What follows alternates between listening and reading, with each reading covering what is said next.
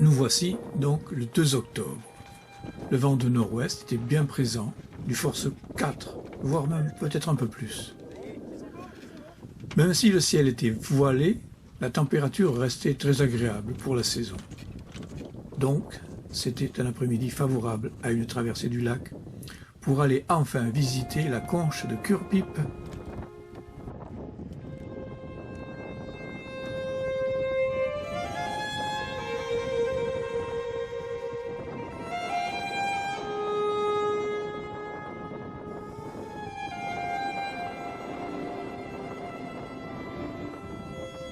Un riz de prix dans la grand voile, afin que le bateau reste bien dans ses lignes lors des rafales.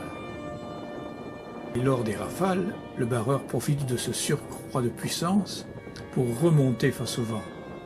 Donc, dans les rafales, des rafales normales bien entendu, on l'offre. C'est toujours ça de gagner en direction, en cap.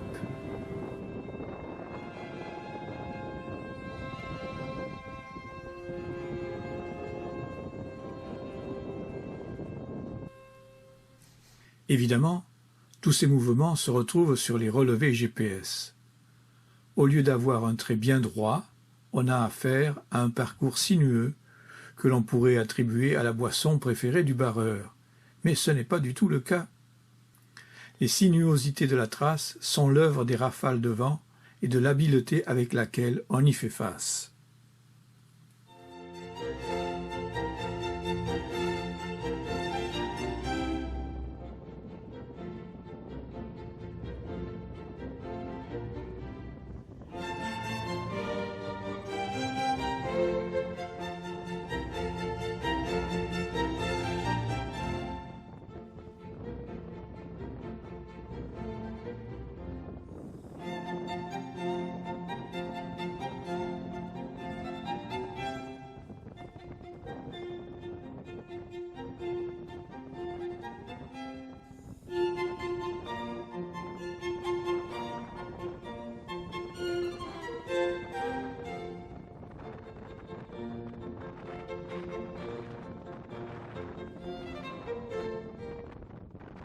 Avec des marins expérimentés tels Jacques, Francis et Jean-Michel et bien d'autres, les virements de bord s'enchaînent naturellement, comme lors des courses autour du monde, au large du cap de Bonne-Espérance.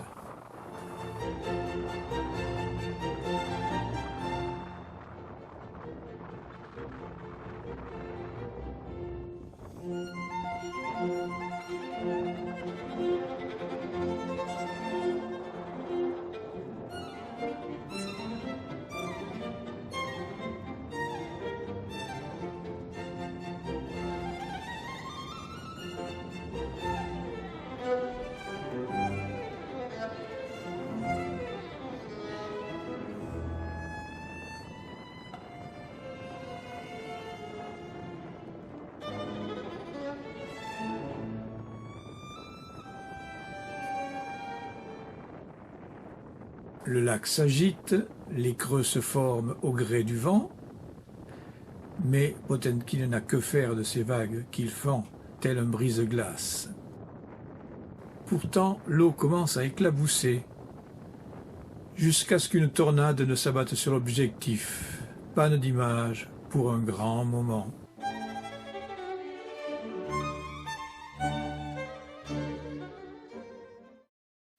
C'est grâce au relevé GPS que l'on peut connaître la direction exacte du vent. Ici, le trait rouge reprend la direction du bateau lorsqu'il est bâbord amure et en vert lorsqu'il est tribord amure. Le virement nous donne un angle de 105 degrés. La bissectrice de cet angle donne donc la direction du vent à ce moment-là.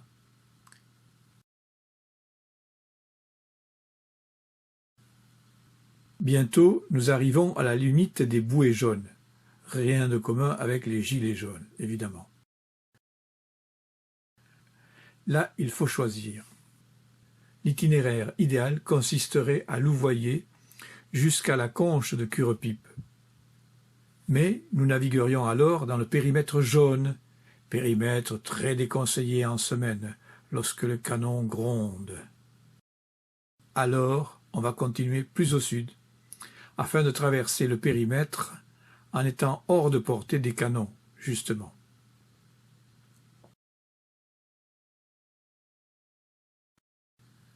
Parvenus en zone civile et civilisée, on décide de tirer quelques bords en face des hautes rives, afin de remonter vers Curepipe par la suite.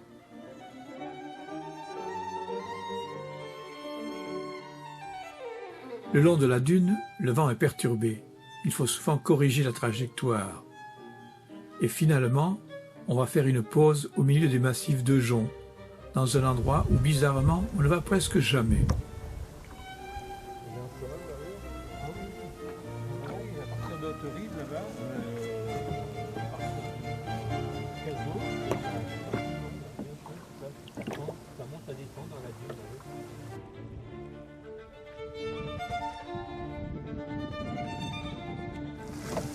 C'est pas la conche de Curepipe, mais c'est pas mal quand même, hein.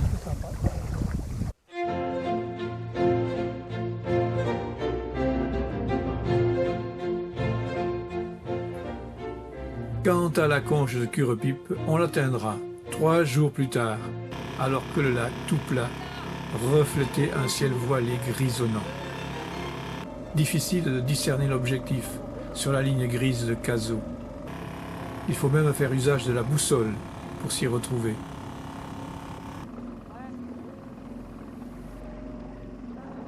Depuis 2 ou 3 ans, cette conche a été classée zone écologique.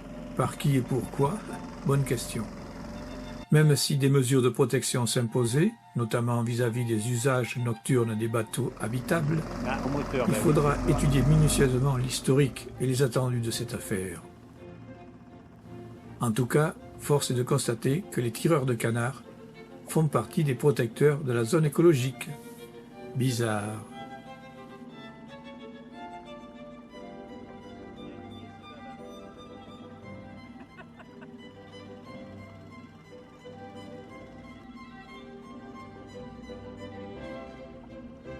Cette conche est bordée d'une forêt de feuillus très dense, qu'il faudra étudier à part un jour ou l'autre, puis par une forêt presque naturelle, en comparaison de la forêt industrielle de Pinus pinaster.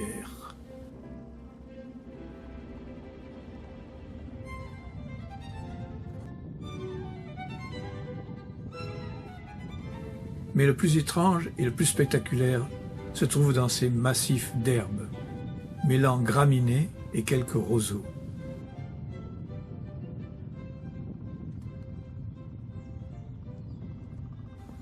On dirait que l'homme a aménagé des sortes d'îlots sur lesquels pousseraient des herbes. Or l'homme n'y est pour rien. Les plantes se sont débrouillées toutes seules pour constituer autour de leurs racines une sorte de sol qui résiste aux fluctuations du niveau de l'eau.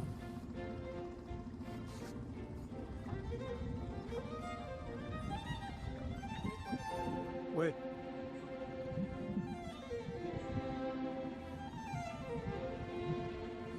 Ça, c'est les plantes qui poussent sur leurs propres racines. Non. En effet, en hiver, lorsque le niveau sera 50 cm plus haut, seule la partie verte des plantes sera visible. Tout se passe comme si les plantes gardaient la terre entre leurs racines.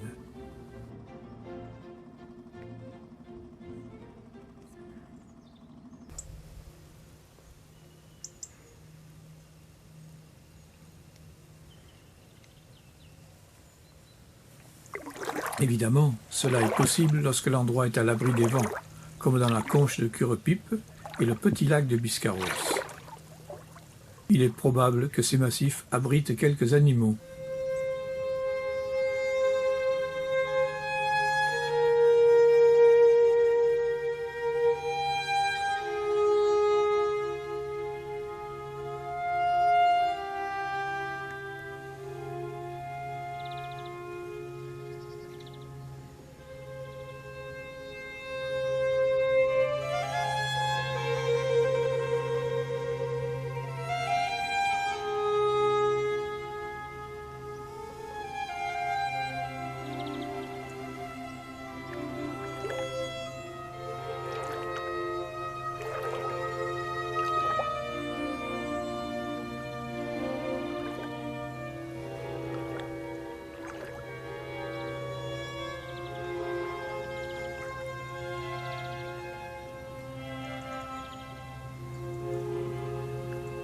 Mais les curiosités de la conche ne s'arrêtent pas là.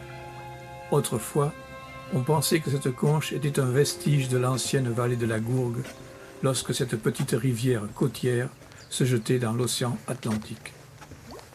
Une question se pose. Et sous l'eau, dans les fonds, que trouverait-on si l'on plongeait? Cette mission, on l'a confiée à notre camarade Pierre, plongeur émérite. Et voici les images qu'il a ramenées. Accrochez-vous!